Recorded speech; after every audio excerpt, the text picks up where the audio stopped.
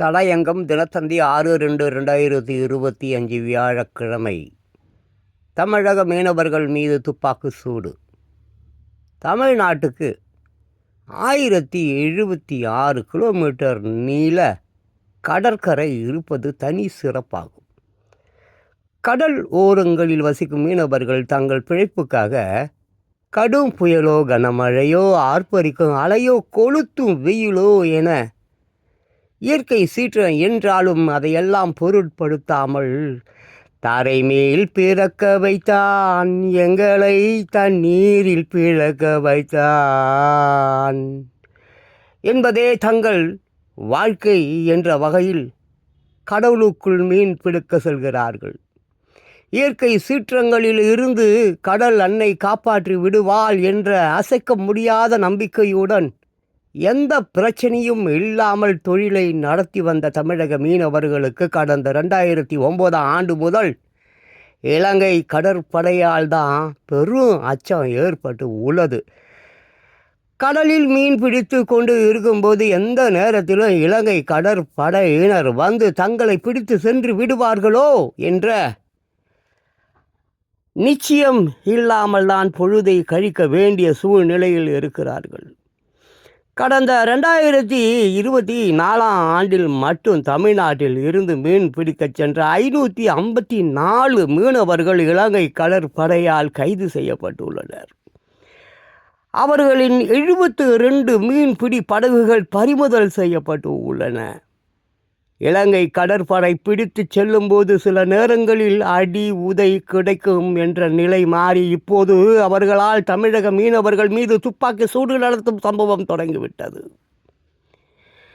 காரைக்கால் மேடு மீனவ கிராமத்தை சேர்ந்த ஆனந்தவேல் என்பவருக்கு சொந்தமான மிதுலன் என்ற படகில் காரைக்காலில் உள்ள கிளிஞ்சல்மேடு, திருப்பட்டினம், மயிலாடுதுறை மாவட்டம் சந்திரபாடி, நாகை மாவட்டம் நம்பியார் நகர் ஆகிய இடங்களில் இருந்து 13 மீனவர்கள் கடந்த மாதம் மீன் பிடித்து கொண்டிருந்த போது இருட்டில் இலங்கை கடற்படை சுற்றி வளைத்தது. அங்கு மீன் பிடித்து கொண்டு இருந்த மற்ற படகுகளெல்லாம் தப்பி சென்று விட்ட நிலையில் மிதுலன் படகு மட்டும் மாட்டிக்கொண்டது. அவர்களுக்கு இடையே நடந்த வாக்குவாதத்தில் இலங்கை கடற்படையினர் மிதுலன் மீன்பிடி படகு மீது நடத்திய துப்பாக்கி சூட்டில் காரைக்கால் மீனவர் செந்தமிழ், நாகை மாவட்டம் நம்பியார் நகரைச் சேர்ந்த பாபு ஆகியோர் துப்பாக்கி சூட்டில் படுகாயம் அடைந்தனர்.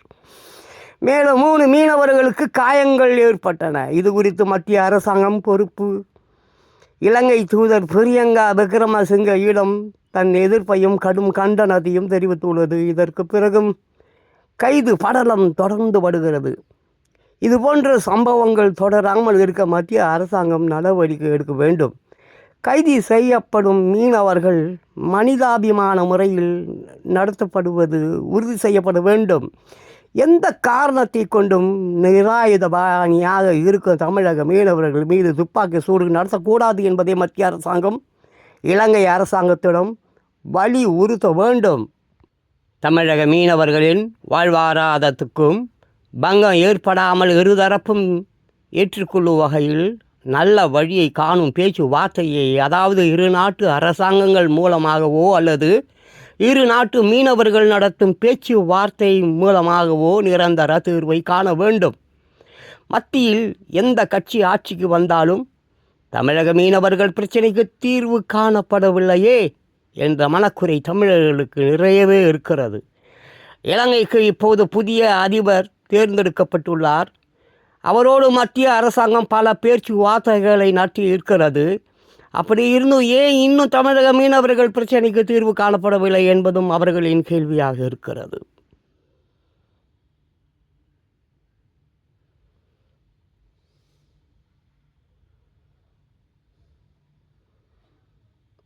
தடயங்கம் தினத்தந்தி. தமிழக மீனவர்கள் மீது துப்பாக்கி சூடு.